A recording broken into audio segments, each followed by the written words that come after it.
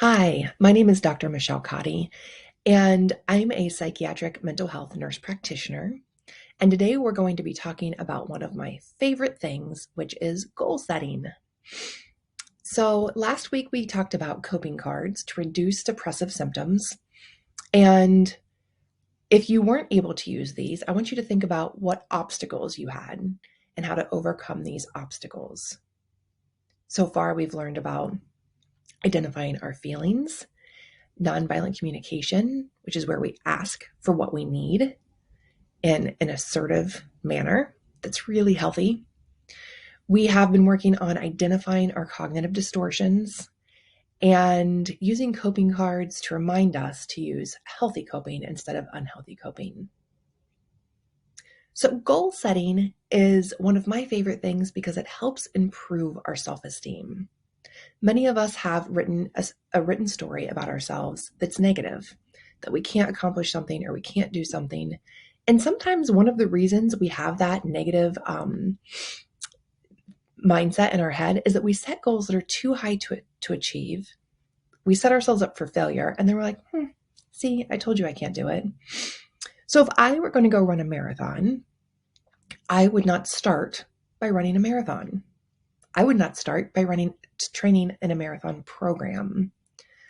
I would start by going on and exercising at the same times every week for a very, very tiny period of time.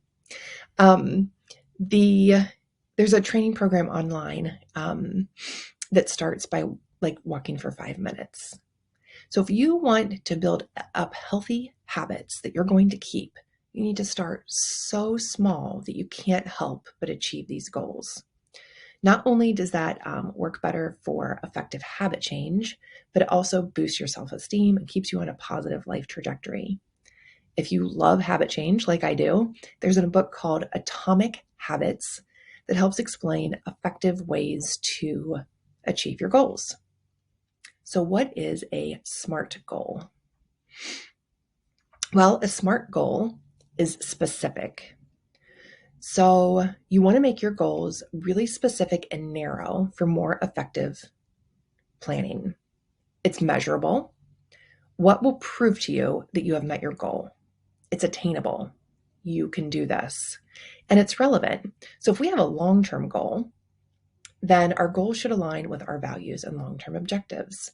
And it should be time-based, a realistic end date to keep us motivated.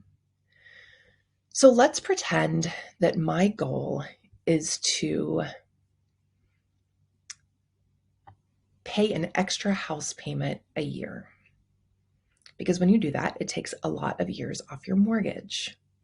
So if my goal is to pay an extra house payment a year, and we'll pretend my house payment is $1,000. We'll pretend it's $1,200 to make the math easier.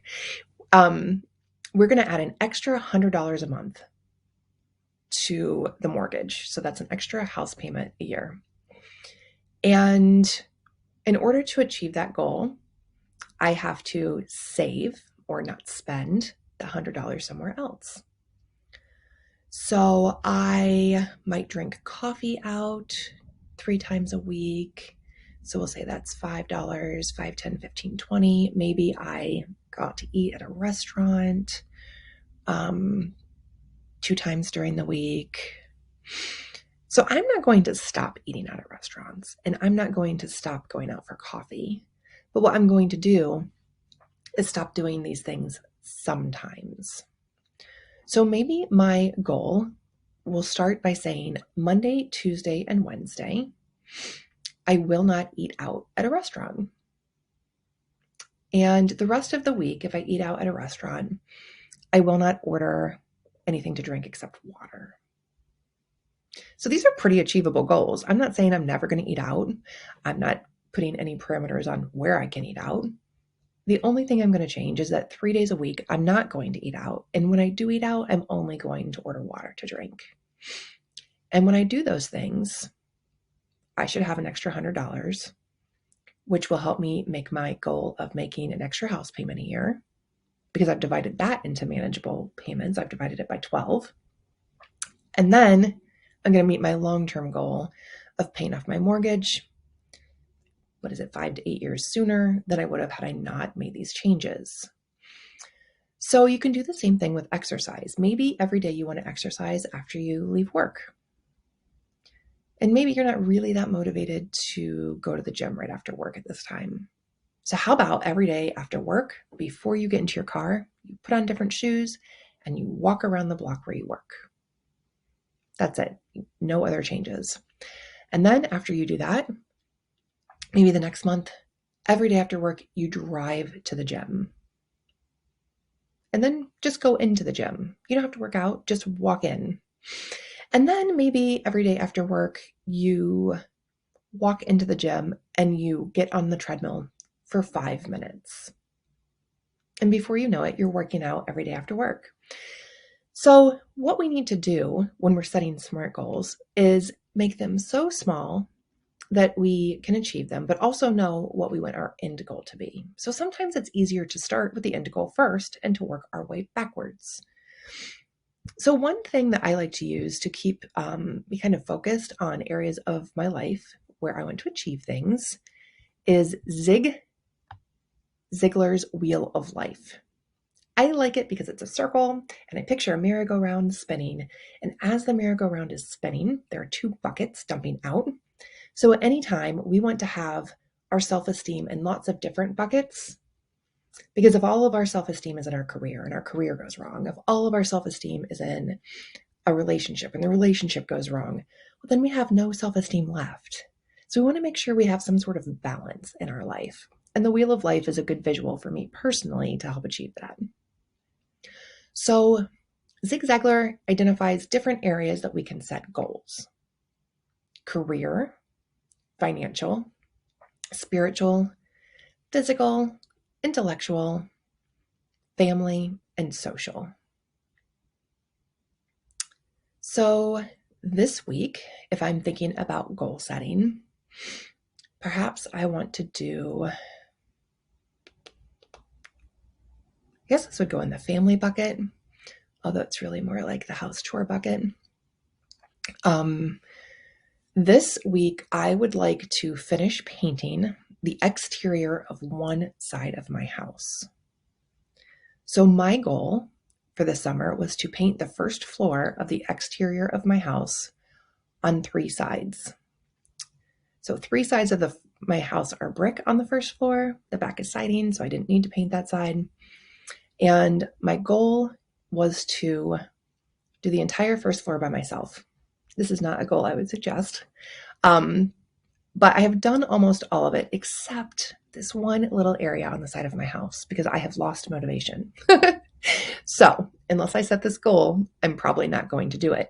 But when I write this down and I put it on my refrigerator and I see it there, I'm going to remember, go outside and paint that part of your house. And I'm going to mark it off and I'm going to feel better about myself.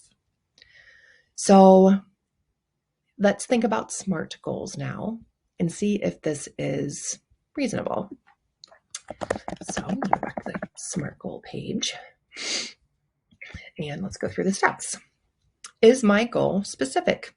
Yes, I only want to finish one wall and it's not a very big area on one side of the house. In 7 days, it's probably not going to rain one of those days. So that's pretty specific. It's measurable. Is it painted or not? It's definitely attainable. I have all the supplies. I have the ladder. I have the paint. I have the paintbrushes. I have the time. Is it realistic? Yes, I'm capable of doing it. And is it time bound? Yes, it is in 7 days. So my SMART goal will be to finish painting one side of the exterior of my home, not even the trim, just the wall color. So that is a very specific goal that I am capable of achieving. And then when I'm done, I'll feel better about myself because right now it's the wrong color in one section.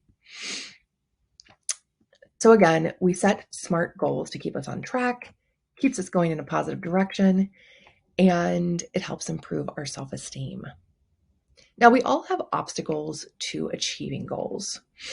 Maybe I plan too many things with friends. Maybe I would rather make lectures, which is true. I would rather do this than paint. Maybe I forget that the exterior of my house needs painted because I don't walk on that side of my house very often. And that's true. So that's a barrier for me. So when I write my goal down and I put it somewhere I can see it, I'm more likely to go finish it. Okay, so now we're going to pause and we are going to try a new tool for coping. This is drumming. I love this tool because I think that it is fun. And for me, I have to really concentrate to do it. I can't just lay calmly. It makes me laugh, the drumming. I'll be honest, not very many people have given positive feedback that they like the drumming, but some people have, and I am one of those people. So I've kept it as a healthy coping tool. Try it out, and if you don't like it, it's okay, because you can always try something different and go back to the guided meditation or the progressive muscle relaxation or the breathing techniques that we have been using. So take a minute right now and try the drumming technique, and I'm going to get a worksheet pulled up for when you come back.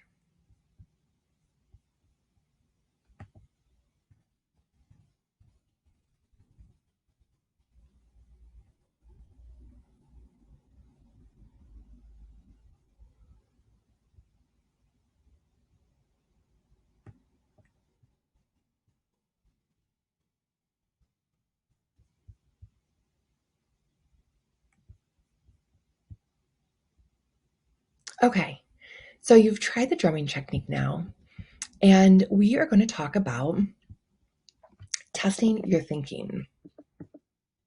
So as we go along, you'll see each week we build on a new concept. And so we take the old things that we've already learned and we add a new concept to the concepts that we've been learning each week. So this week is a worksheet that sort of puts these all together. And the worksheet's called Testing Your Thinking, and it helps us really sort of use all of the things that we have been working on.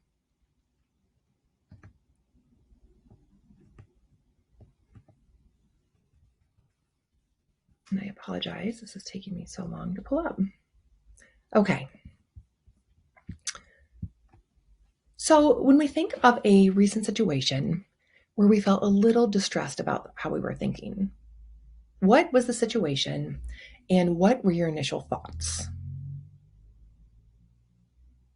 What went through your mind about those thoughts? What was your reaction and how did you feel emotionally? How did your body react? So this is kind of a new step. When I feel anxious or angry or a really strong emotion, my shoulders get tense, especially like right in between my shoulder blades. Some people get headaches, other people clench their jaw, or you have an upset stomach. So how did your body react? And what did you do? If you remember, my healthy coping tool is walking.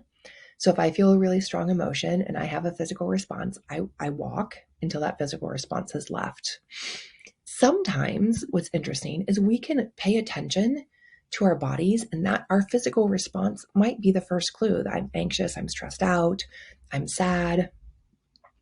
So the situation was whatever was going on. What went through your mind about feeling that emotion? When you noticed your feeling, what went through your mind? How did your body react, and what did you do?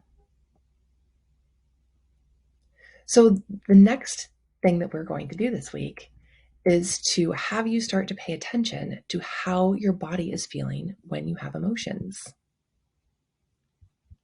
There's also a worksheet that helps you write down your SMART goal.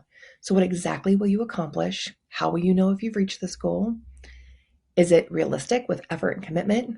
Do you have the resources to achieve the goal? And if not, can you get them? Why is the goal important to you? And when will the goal be achieved? So thank you for being here today. I hope that you enjoyed the drumming. Again, remember that each day our goal is to spend 5 minutes on challenging our thinking. And this week we're adding pay attention to how we're physically feeling, to start to pay attention to our cognitive distortions, and replace the negative thinking with a positive statement. This week, we've also added a SMART goal, and we'll write that down and see if we can accomplish it before we meet again next. Have a wonderful night.